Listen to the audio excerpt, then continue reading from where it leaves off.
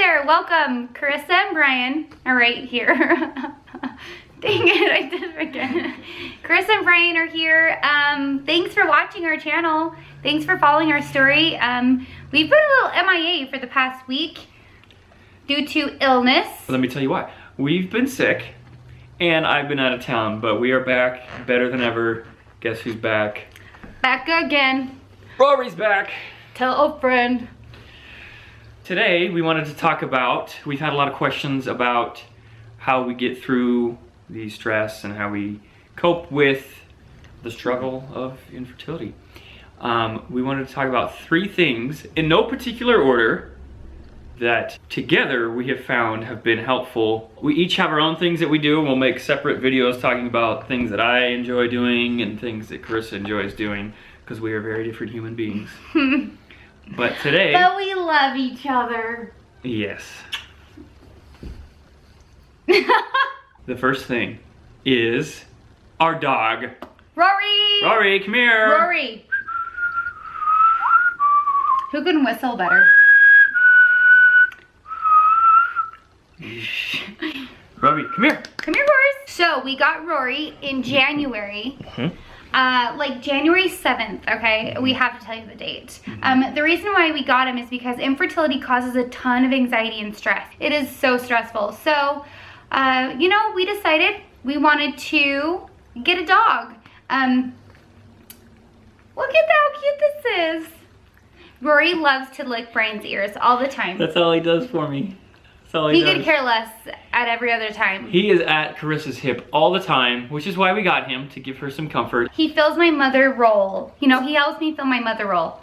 He's my baby. I hold him like a child too, like a little baby. He's my sidekick. He's my assistant.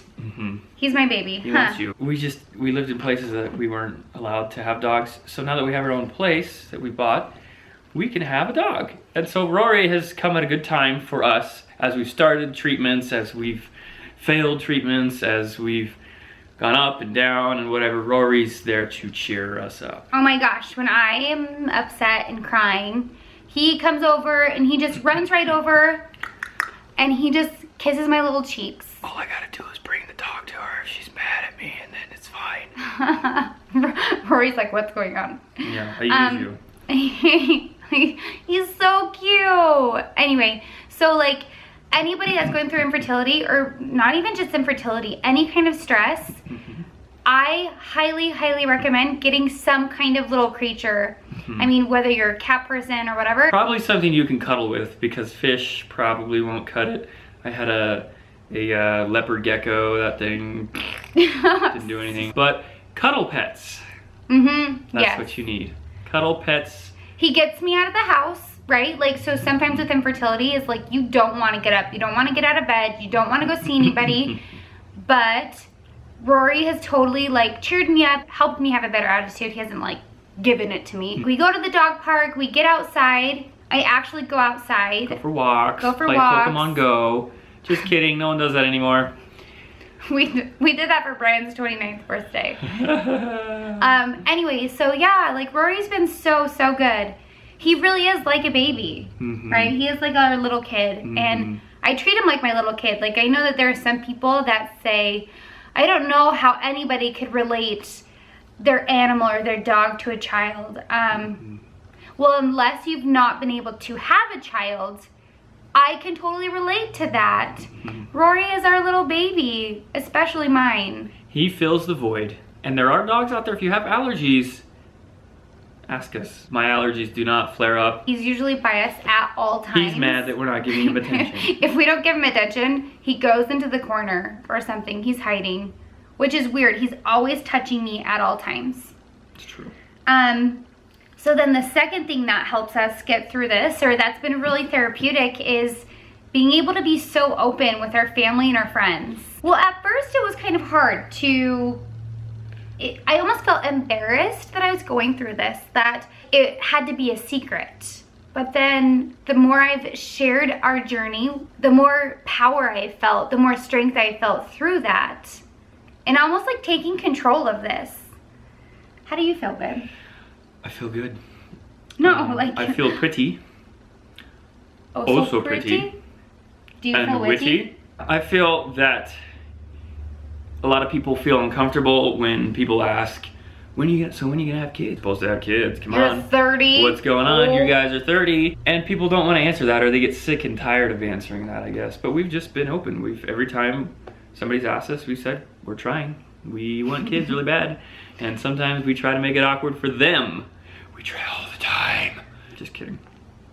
But we do explain to people that we're trying, that we're not ashamed to talk about it. And it can be taboo, and we understand that some people's families take it differently than other people's families, but our families have been understanding, especially as we've been open about it. I still think people get uncomfortable around you, no matter how close they are to you.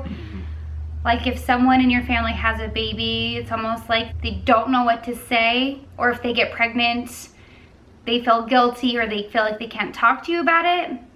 Which I feel like maybe that's where the downfall comes with talking about your infertility with your family or friends or whatever.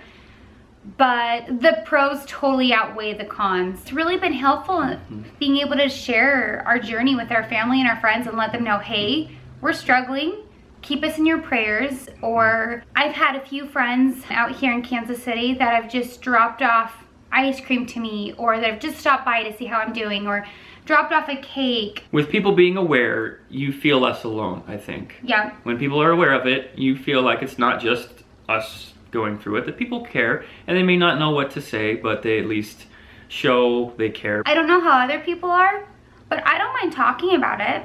I really don't, clearly. I mean, we're right here, we're sharing it with you guys. I don't mind answering questions. Yeah, I think that's been really, really therapeutic to be able to also know that family and friends that you had no idea struggle with infertility, or that have had IVF and they haven't shared it with anybody else. Nobody knows they're going through infertility. I feel like it's really cool that they open up to me and they tell me that they're going through the same thing. It's definitely helped us feel like we're less alone and that we have more of a support system. Obviously, this isn't how it's going to work for everybody, but this is what helps us. So try it out. Number 3, or the third, not necessarily in order. First of all, cut. By the way, doesn't she look like Minnie Mouse? Her hair, she looks like Minnie Mouse today. Combine my mouse-like features with her hair. Number 3, and this is something that other people have asked us about too, that we have seen has helped us cope, is each other. Spending time with each other. Your face was really waxy. No, it's your face because I kissed you right here. Oh, you did? Yeah, I did. There are 2 people involved, whether one person feels it's their fault or not. There's 2 people involved. When Carissa's feeling down, I try to lift her up. What do you do? What do? I bring the dog to you. Yes. I talk to you and reason, which sometimes doesn't work. Reason? Yes. I let you have your Coke and your sugar and My stuff. Mountain Dew. And you're getting... Yeah, I know. We went through the Taco Bell drive-thru and I wanted Baja Blast. And Brian's like, nope. And then he ordered me a Baja Blast. Because it was $1. He knows the way to my heart. You really help keep me sane. You do. Like, you let me feel what I'm feeling, but you encourage me not to dwell on it. I really like that. I don't like her comparing herself to other people's situations. Yes. It's not good in anything. I do that a lot. In this or in anything else. Stop it. Don't make me cry.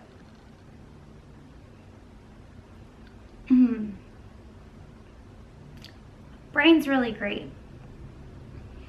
You're really great, honey. We pray together. We pray about it. We always pray about it. Anytime we have an important doctor's appointment or anything, we ask for some comfort and some prayers and some blessings, and we feel that from you all that have said prayers on our behalf. Rory is drinking now.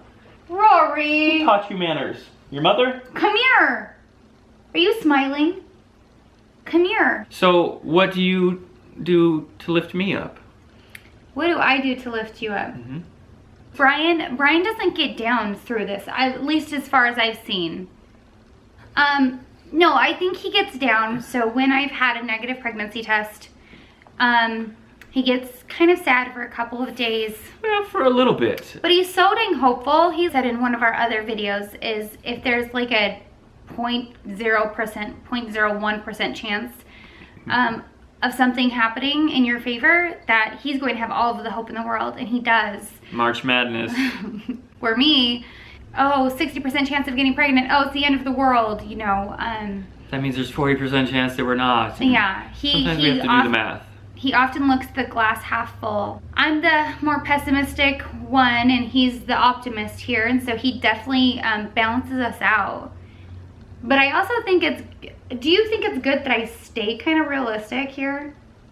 Mm-mm. I don't want to get my hopes up. Well, I know, but we're talking about stress right now, and I think stress is a major factor in the psychology of getting pregnant. I think a lot of times we hear a lot of people that can't get pregnant for years and years and years, and so they adopt or they have a surrogate or whatever and have kids that way, and then they all of a sudden have a child through pregnancy. And I think a lot of that is just because the mental burden is gone. So that's something that we're working on. I think Brian's better for me through this than I am for him. Well, I'm just... Yeah, he's just so even. He's just so even keel, and what did you do about me? Like, I'm like this, okay? Well, all the time. They do call me Be Easy. That is my rapper name. Okay, throw something down. Throw something down, but not the song we want to make. Oh, well, I'll save that. I've got some things coming off the dome, but I'm not gonna spoil it for you guys. When you find something that helps you with coping, use it. Healthy things. We need to get better at that. We need to focus on healthy things. Eating too much is not eating Less too much Snickers. sugar. Exercising is something that we should be doing. So that is it. Those are 3 things that Carissa and I do or have found to help us relieve stress during this stressful time. We understand that it can be a burden for people, but we think talking about it, having a puppy or an animal, and then having each other, it helps to lift each other up. Thank you for watching. We will have more consistent content coming. We appreciate the support, the following. Please continue to ask us questions. We try to get to every single one of them. And let us know what you want to see. Let us know. If you want to know more about the mysterious me or despicable she. I like that. That's good, honey. That's because I'm a rapper. Rory's in a bad mood. He is, because we're not giving him attention. Oh, say bye, Rory. Say thank you for watching. I think he wants to play. Say follow, like, and subscribe to us. And follow us on Instagram at Carissa Barzy.